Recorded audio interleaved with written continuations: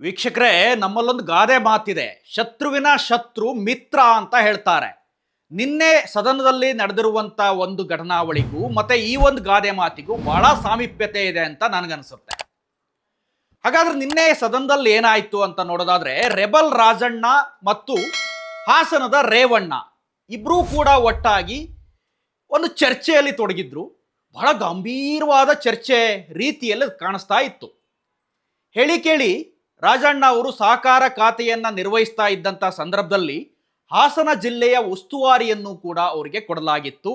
ಅದಾದ ನಂತರ ರಾಜಕೀಯ ಕ್ಷಿಪ್ರ ಬೆಳವಣಿಗೆಯಲ್ಲಿ ರಾಜಣ್ಣ ಅವ್ರನ್ನ ಕಿತ್ತು ಬಿಸಾಕಲಾಯಿತು, ಸಚಿವ ಸ್ಥಾನದಿಂದ ಅವ್ರನ್ನ ಹೊರದಬ್ಬಲಾಯಿತು. ಇದಾದ ನಂತರ ರಾಜಣ್ಣ ಅವರು ಮಾತಾಡಿದ್ದು ಡಿ ಕೆ ಶಿವಕುಮಾರ್ ಅವರ ಮೇಲೆ ತಿರುಗಿ ಬಿದ್ದಿದ್ದು.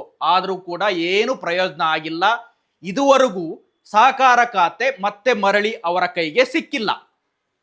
ಖಾತೆ ಸಿಗುತ್ತೆ ಅನ್ಕೊಂಡು ರಾಜಣ್ಣ ಅವರು ಬಹಳ ದಿನದಿಂದ ಕಾಯ್ತಾ ಇದ್ರು. ಮುಖ್ಯಮಂತ್ರಿಗಳ ಮೂಲಕ ಮನವೊಲಿಸೋದಕ್ಕೆ ಪ್ರಯತ್ನ ಪಟ್ಟರು. ಅತ್ತ ತಮ್ಮದೇ ಪುತ್ರ ರಾಜೇಂದ್ರ ಅವರನ್ನ ಅಮಿತ್ ಶಾ ಅವರ ಬಳಿಗೂ ಕಳಿಸ್ಬಿಟ್ರು. ಒಂದಂತಕ್ಕೆ ರಾಜಣ್ಣ ಅವರು ಬಿಜೆಪಿಗೆ ಹೋಗ್ತಾರೆ ಅನ್ನೋ ಮಟ್ಟಿನಲ್ಲೂ ಚರ್ಚೆಗಳು ಎದ್ವು. ರಾಜಣ್ಣ ಅವರ ಪುತ್ರ ಕೂಡ ಪರಿಷತ್ಗೆ ನಾಮನಿರ್ದೇಶನಗೊಂಡಿದ್ದಾರೆ. ಅವರು ಪರಿಷತ್ನ ಸದಸ್ಯರು ಕೂಡ ಆಗಿದ್ದಾರೆ. ದೆಹಲಿಗೆ ಹೋಗಿ 1 ಗಂಟೆಗಳ ಕಾಲ ಅಮಿತ್ ಶಾ ಅವರ ಜೊತೆನೂ ಬಂದ ನಂತರ ರಾಜಣ್ಣ ಅವರು ಇನ್ನೇನು ಪಕ್ಷ ಬಿಟ್ಟುಬಿಡ್ತಾರೆ ಅನ್ನೋ ಮಟ್ಟಿನ ಚರ್ಚೆಗಳು ರಾಜ್ಯ ರಾಜಕಾರಣದಲ್ಲಿ ಎದ್ವು. ಅದಾದ ನಂತರ ಒಂದು ಹಂತಕ್ಕೆ ಸಿದ್ದರಾಮಯ್ಯ ಅವರ ಮೇಲೂ ಮನಸ್ಕೊಂಡ್ರು. ಯಾಕೆಂದ್ರೆ ಸಿದ್ದರಾಮಯ್ಯ ಅವರು ಫೋರ್ಸ್ ಮಾಡ್ತಾ ಇಲ್ಲ, ಕೇಂದ್ರದ ನಾಯಕರ ಮೇಲೆ ಒತ್ತಡವನ್ನ ಹಾಕ್ತಾ ಇಲ್ಲ, ಹಾಗಾಗಿನೇ ತನಗೆ ಸಚಿವ ಸ್ಥಾನ ಮರಳಿ ಸಿಗ್ತಾ ಇಲ್ಲ ಅನ್ನೋ ಮಟ್ಟಿನ ಚರ್ಚೆಗಳು ಕೂಡ ರಾಜ್ಯ ವಲಯದಲ್ಲಿ ಅಥವಾ ರಾಜ್ಯ ರಾಜಕೀಯ ವಲಯದಲ್ಲಿ ಅಥವಾ ಕಾಂಗ್ರೆಸ್ ವಲಯದಲ್ಲಿ ನಡೆದವು. ಸ್ವಲ್ಪ ಹಿನ್ನೆಲೆಯನ್ನು ನೋಡೋದಾದ್ರೆ, ಈಗ ರಚನೆ ಆಗಿರುವ ಸಚಿವ ಸಂಪುಟದಲ್ಲಿ 2 ಮಂತ್ರಿಗಳು ತಮ್ಮ ಸ್ಥಾನವನ್ನು ಕಳ್ಕೊಂಡಿದ್ದಾರೆ. ಒಂದು ನಾಗೇಂದ್ರ ಅವರು ಕ್ರೀಡಾ ಖಾತೆಯನ್ನ ಅವರು ಕಳ್ಕೊಂಡ್ರು. ಕಾರಣ ಏನಪ್ಪಾ ಅಂದ್ರೆ, ಅವ್ರ ಮೇಲೆ ಒಂದು ದೊಡ್ಡ ಅಲಿಗೇಷನ್ ಬಂತು, ವಾಲ್ಮೀಕಿ ಹಗರಣ ಅವ್ರಿಗೆ ಸುತ್ತಕೊಳ್ತು. ಹಾಗಾಗಿ ಅವರು ಆ ಖಾತೆಯಿಂದ ಹೊರಗೆ ಹೋಗ್ಬೇಕಾಯ್ತು. ಇನ್ನೊಂದು ಬೆಳವಣಿಗೆ ಏನಪ್ಪಾ ಅಂದ್ರೆ, ಏಕಾಏಕಿ ರಾತ್ರೋರಾತ್ರಿ ರಾಜಣ್ಣ ಅವ್ರನ್ನ ಸಚಿವ ಸಂಪುಟದಿಂದ ಕಿತ್ತು ಹಾಕಲಾಗುತ್ತೆ. ಈ ಬೆಳವಣಿಗೆ ಕಾಂಗ್ರೆಸ್ ವಲಯದಲ್ಲಿ ಇದ್ದಂಥ ಸಚಿವರುಗಳಿದಾರಲ್ಲ, ಈಗ ಇವರೆಲ್ಲರಿಗೂ ಕೂಡ ನಡುಕವನ್ನು ಹುಟ್ಟಿಸ್ಬಿಡುತ್ತೆ. ಕಾರಣ ಏನು ಅಂತಂದ್ರೆ, ಯಾವುದೇ ಮುನ್ಸೂಚನೆ ಇಲ್ಲದೆ, ಯಾವುದೇ ಸುಳಿವು ಇಲ್ಲದೇನೆ ಕೇಂದ್ರದ ನಾಯಕರು ರಾಜಣ್ಣ ಅವ್ರನ್ನ ಕಿತ್ತು ಹಾಕಿದ್ದು ಎಲ್ರಿಗೂ ಒಂದು ರೀತಿಯ ನಡುಕ ಹುಟ್ಟುವಂಗೆ ಮಾಡುತ್ತೆ. ಸೊ ಕಾರಣ ಏನು? ರಾಜಣ್ಣ ಅವ್ರನ್ನ ಯಾಕೆ ಕಿತ್ತು ಹಾಕಿದ್ರು? ಸಹಕಾರ ಸಚಿವರಾಗಿ ಬಹಳ ಉತ್ತಮವಾದ ಅನುಭವಿ, ಬಹಳಷ್ಟು ಬಾರಿ ಶಾಸಕರಾಗಿ ಸಚಿವರಾಗಿ ಅನುಭವ ಇದೆ. ಸಹಕಾರ ಖಾತೆಯಲ್ಲಂತೂ ವಿಶೇಷ ಪಾಂಡಿತ್ಯ ಅಂತಾನೆ ನಾವು ಪರಿಗಣಿಸಬೇಕು. ಆ ಮಟ್ಟಿನ ನಾಲೆಡ್ಜ್ ರಾಜಣ್ಣ ಅವರಿಗಿದೆ. ಹಂಗಾದ್ರೆ ರಾಜಣ್ಣ ಅವ್ರನ್ನ ಏಕೆ ಕಿತ್ತು ಹಾಕಿದ್ರು ಅಂತ ನೋಡಿದ್ರೆ, ರಾಜಣ್ಣ ಅವರ ಮಾತೆ ರಾಜಣ್ಣ ಅವರಿಗೆ ಮುಳುವಾಯ್ತು. ಏನಾಗ್ತಾ ಇತ್ತು ಅಂತಂದ್ರೆ, ಆ ಸಂದರ್ಭದಲ್ಲಿ ಕೇಂದ್ರದ ವಿರುದ್ಧ ಒಂದಿಷ್ಟು ಆರೋಪವನ್ನು ಮಾಡ್ತಾರೆ. ಸ್ವತಃ ರಾಹುಲ್ ಗಾಂಧಿ ಅವರ ವಿರೋಧ ಮಾತನಾಡಿದ್ದಕ್ಕೆ ರಾಜಣ್ಣ ಅವ್ರನ್ನ ಕಿತ್ತಾಕ್ಲಾಯ್ತು ಅನ್ನೋದು ಇರುವಂತ ಸುದ್ದಿ. ಇದ್ರ ನಡುವೆ ಡಿ ಕೆ ಶಿವಕುಮಾರ್ ಅವರ ಹಸ್ತಕ್ಷೇಪ ಇದೆ. ರಾಜಣ್ಣ ಅವ್ರನ್ನ ಕಿತ್ತಾಕೋದ್ರಲ್ಲಿ ಡಿ ಕೆ ಶಿವಕುಮಾರ್ ಅವರು ಪ್ರಮುಖ ಪಾತ್ರ ವಹಿಸ್ತಾರೆ ಅನ್ನೋ ವಿಚಾರ ರಾಜಣ್ಣವ್ರಿಗೆ ಗೊತ್ತೇ ಇದೆ. ಹಂಗಾಗಿ ಸ್ವತಃ ಅವರಿಬ್ರು ಒಂದ್ ರೀತಿ ಹಾವು ಮುಂಗುಸಿ ತರ ಕಿತ್ತಾಡ್ತಾನೆ ಇದ್ರು. ಇತ್ತೀಚೆಗೆ ಒಂದು ಭೇಟಿ ಕೂಡ ಮಾಡಿದ್ರು, ಸೌಹಾರ್ದಯುತ ಭೇಟಿ ಅಂತ, ಈ CM ಬದಲಾವಣೆ ಚರ್ಚೆ ಆಗ್ತಾ ಇತ್ತಲ್ಲ ಆ ಸಂದರ್ಭದಲ್ಲಿ. ಆದ್ರೆ ಅದು ನಂತರ ಕೇಳಿದಂಥ ಸಂದರ್ಭದಲ್ಲಿ ಏನೋ ಭೇಟಿ ಮಾಡಬೇಕು ಅಂದ್ರು, ಭೇಟಿ ಮಾಡದೆ ಅಷ್ಟೇ ಹೇಳಿದ್ರು ರಾಜಣ್ಣ ಅವರು. ಈಗ ಇದೇ ರಾಜಣ್ಣ ಪಕ್ಷ ಬಿಡ್ತಾರೆ ಅನ್ನೋ ಸುದ್ದಿ ಬಹಳ ಜೋರಾಗಿದೆ. ರಾಜಕೀಯ ವಲಯದಲ್ಲಿ ಇದೇ ಚರ್ಚೆ ಆಗ್ತಾ ಇದೆ.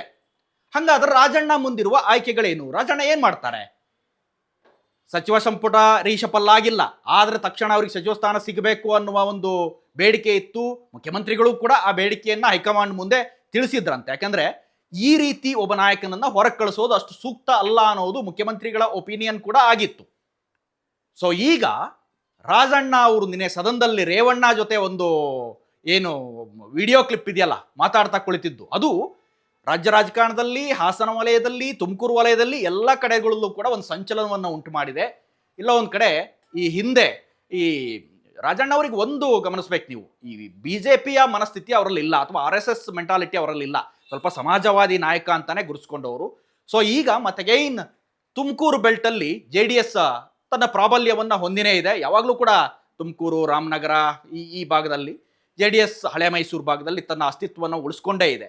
ಈಗ ರಾಜಣ್ಣ ಅವರು JDSಗೆ ಹೋಗಬಹುದಾದಂಥ ಸಾಧ್ಯತೆಗಳು ಕೂಡ ಇದೆ. ಹಾಗಾಗಿನೇ ರೇವಣ್ಣ ಅವರ ಮೂಲಕ HD ದೇವೇಗೌಡರ ಮನವೊಲಿಸುವುದಕ್ಕೆ ಪ್ರಯತ್ನ ಮಾಡಿಸ್ತಾ ಇದ್ದಾರೆ ಅನ್ನೋ ಮಾತು ಕೂಡ ಕೇಳಿ ಬರ್ತಾ ಇದೆ.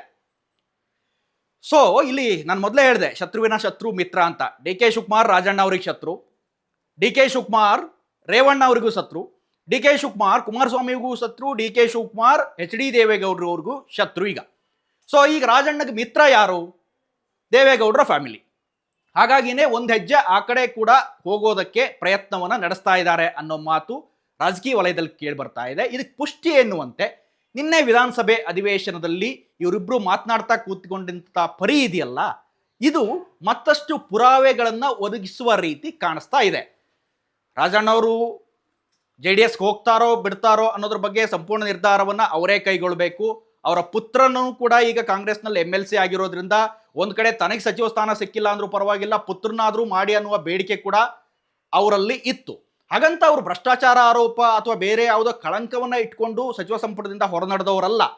ಏನು ಈ ರಾಹುಲ್ ಗಾಂಧಿ ಅವರಿಗೆ ಒಂದು ತಿರುಗು ಮಾತನಾಡಿದ್ದೇ ಅವರಿಗೆ ಮುಳುವಾಯಿತು ಅನ್ನೋದನ್ನ ಬಿಟ್ರೆ ಅಂತ ಬೇರೆ ದೊಡ್ಡ ಆರೋಪಗಳು ಅವ್ರ ಮೇಲೆ ಸದ್ಯಕ್ಕಿಲ್ಲ.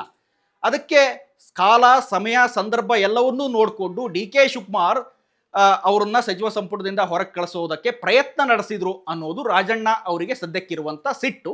ಮತ್ತೆ CM ಅವರು ಸಿದ್ದರಾಮಯ್ಯ ಅವರು ತಮಗೆ ಆಪ್ತನಾಗಿರುವ ಮುಖ್ಯಮಂತ್ರಿ ಅಥವಾ ತಮ್ಮ ಬಣದಲ್ಲಿ ಗುರುತಿಸಿಕೊಂಡಿರುವ ಯಾವಾಗಲೂ ಕೂಡ ಸಿದ್ದರಾಮಯ್ಯವರೇ ಮುಖ್ಯಮಂತ್ರಿ ಆಗಬೇಕು ಅನ್ನೋದರಲ್ಲಿ ರಾಜಣ್ಣ ಅವರು ಪ್ರಮುಖ ಸ್ಥಾನದಲ್ಲಿ ನಿಲ್ತಿದ್ರು. ಅಥವಾ ರಾಜಣ್ಣ ಅವರು ಸಿದ್ದರಾಮಯ್ಯ ಅವ್ರನ್ನ ಯಾವಾಗಲೂ ಕೂಡ ಸಮರ್ಥನೆಯನ್ನೇ ಮಾಡ್ಕೊಂಡೇ ಬಂದಂಥವ್ರು. ಸಿದ್ದರಾಮಯ್ಯವರು 5 ವರ್ಷ ಮುಂದುವರಿಬೇಕು ಅನ್ನೋ ಮಾತನ್ನ ಬಹಳ ಗಟ್ಟಿಯಾಗಿ ಹೇಳ್ತಕ್ಕಂಥ ನಾಯಕ ಕೂಡ ಇದೇ ರಾಜಣ್ಣ ಆಗಿದ್ರು. ಸದ್ಯಕ್ಕೆ ರಾಜಣ್ಣ ಅವರ ನೀತಿ ಸ್ವಲ್ಪ ತಟಸ್ಥವಾಗಿದೆ. ವಿಧಾನಸಭೆ ಅಧಿವೇಶನದಲ್ಲಿ ಈ ರೀತಿ ಚರ್ಚೆ ಎದ್ದಿದ್ದನ್ನು ನೋಡಿದ್ರೆ ರಾಜಣ್ಣ ಅವರು ಪಕ್ಷದಿಂದ ಒಂದು ಕಾಲನ್ನ ಹೊರಗಿಟ್ಟಿದ್ದಾರಾ ಅನ್ನುವ ಅನುಮಾನ ಕೂಡ ಕಾಡ್ತಾ ಇದೆ. ಇದಿಷ್ಟು ಅಪ್ಡೇಟ್ಸ್. ಈ ಬಗ್ಗೆ ಏನಾದರೂ ಹೆಚ್ಚಿನ ಮಾಹಿತಿ ಇದ್ದರೆ ಅದನ್ನು ಕಮೆಂಟ್ ಮೂಲಕ ತಿಳಿಸಿ. ಹಾಗೇನಾದರೂ ನೀವು ನಮ್ಮ ಚಾನಲನ್ನು ಸಬ್ಸ್ಕ್ರೈಬ್ ಮಾಡಿಲ್ಲ ಅಂದರೆ ಈ ಕೂಡಲೇ ಸಬ್ಸ್ಕ್ರೈಬ್ ಮಾಡಿ, ಶೇರ್ ಮಾಡಿ ಮತ್ತು ಲೈಕ್ ಮಾಡಿ. Thank you.